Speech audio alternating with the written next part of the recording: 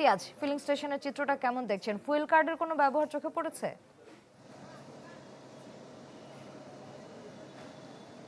প্রথমে বলে রাখতে চাই, আমি আসাদ গেটের আগে ছিলাম, এই মুহূর্তে আমি এখন আছি কল্যাণপুরে। এবং কল্যাণপুরের যে ফিলিং স্টেশন রয়েছে, খালেক যে ফিলিং স্টেশন, সেখানেও কিন্তু ফুয়েল অ্যাপের ব্যবহার বাধ্যতামূলক করা হয়েছে। এবং এর আগে বলে রাখতে চাই, আজকে থেকে রাজধানীর 7টি ফুয়েল স্টেশনে অর্থাৎ ফিলিং স্টেশনে ফুয়েল অ্যাপের বাধ্যতামূলক ব্যবহার শুরু হয়েছে। এবং এখানে আপনি দেখতে পাচ্ছেন যে দীর্ঘ লাইন, এই লাইন কিন্তু কল্যাণপুরের এখান থেকে প্রায় সামনের যে ব্রিজ রয়েছে, ফুটওভার ব্রিজ, সেই পর্যন্ত চলে গেছে, অর্থাৎ 1 থেকে 1.5 কিলোমিটার পর্যন্ত এই লাইন এর অবস্থা। এর আগে আসাদ গেটেরও কিন্তু একই অবস্থা, একই চিত্র দেখা যাচ্ছে। এবং এখানেও সকাল থেকে তেল দেওয়া বন্ধ ছিল এবং কিছুক্ষণ আগেই যে তেলের যে লরি সেটা পৌঁছেছে এবং তেল আনলোড করার পরে তেল দেওয়া হবে আর কিছুক্ষণের মধ্যে। এবং এখানে অনেকেই আসার পরে জানতে পেরেছে যে ফুয়েল পাস বাধ্যতামূলক, অর্থাৎ ফুয়েল পাস দেওয়ার পরে কিন্তু তারা তেল পাবে। এবং সেটি জানার পরেই হন্তদন্ত করে কিন্তু তারা তাদের ফুয়েল অ্যাপে গিয়ে সেই পাসটি তারা সংগ্রহ করছে এবং পরবর্তী সিরিয়াল রাখছে। এবং এই যে কল্যাণপুরে এর আগেও আমরা একটি দৃশ্য লক্ষ্য করেছি, সেটি হচ্ছে যে দুটি লাইন, অর্থাৎ এখানে যেই ভিআইপি বা মালিক পক্ষের একটা গ্রুপ রয়েছে, তারা কিন্তু একটা আলাদা লাইন থেকে তেল নিয়ে যাচ্ছে দ্রুত সময়ের ভিতরে। এবং সেখানে কিন্তু তারা তেলের যেই রেশনিং, অর্থাৎ 1200 টাকার তেলের জায়গায় তারা কিন্তু বেশি তেল নিতে পারছে। কিন্তু যেই দীর্ঘ লাইনে তপ্ত রোদে যারা দাঁড়িয়ে আছে, তারা কিন্তু এখানে একটি বৈষম্যের শিকার হচ্ছে। তাছাড়া এর আগে আমরা ফিলিং স্টেশনের ম্যানেজারদের সাথে কথা বলেছি, তারা বলেছে যে তেলের যেই সরবরাহ সেটি কিন্তু পর্যাপ্ত নয়। এবং 20 এপ্রিল আজকে থেকে গতকাল থেকে বলা হয়েছিল যে 20 এপ্রিল থেকে প্রত্যেকটি ফিলিং স্টেশনে তেল সরবরাহ বাড়ানো হবে, কিন্তু সেইটি কিন্তু ম্যানেজাররা বলছে যে চাহিদা মোতাবেক সেই তেল সরবরাহ কিন্তু বাড়ানো হচ্ছে না, যার কারণে সংকট এবং ভোগান্তি সেটা কিন্তু রয়ে গেছে, সেটা কমার কোনো লক্ষণ আপাতত দেখা যাচ্ছে না।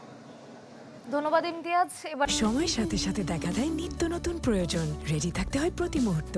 তাই এলো ইনোভার, যেন আপনি লাইফে থাকেন রেডি প্রতিদিন। Innova, designed for now. আমরা নারায়ণগঞ্জের খবর জানবো।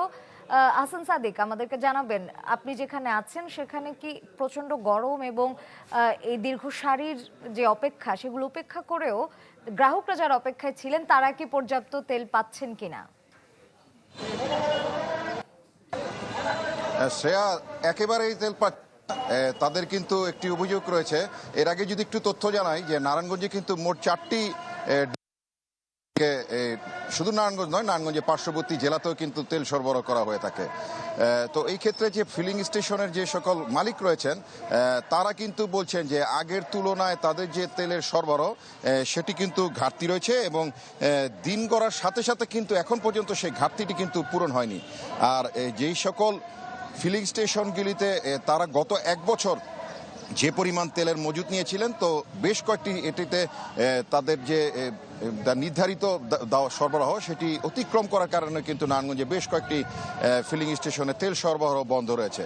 আর যেগুলি খোলা রয়েছে সেগুলিতে কিন্তু লাইনের মোটরসাইকেল বলি বা যে অন্য সকল পরিবহন, সেটির কিন্তু আসলে দীর্ঘ সারি দেখা যাচ্ছে।